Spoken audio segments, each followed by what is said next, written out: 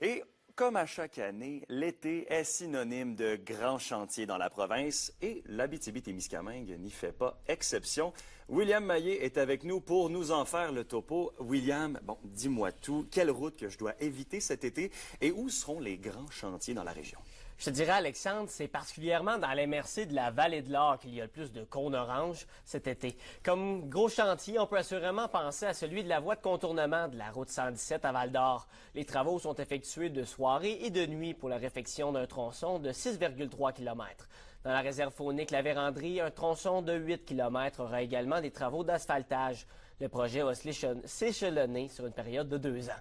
Sinon, ce sont particulièrement les travaux sur les ponts qui sont effectués dans la région.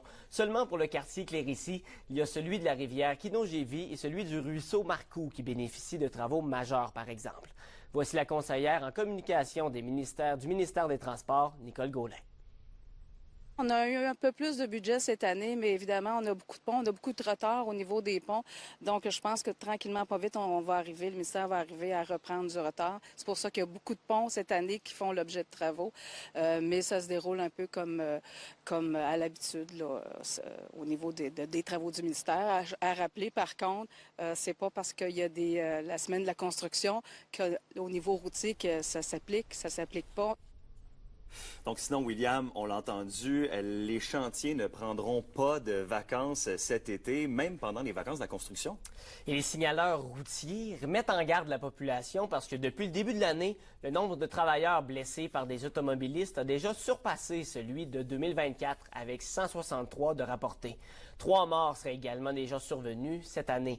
Je vous laisse entendre l'ancien président de l'Association des travailleurs en signalisation routière du Québec. C'est beaucoup ça qu'on a des problèmes en région, le manque de connaissance de la barrière signaleur.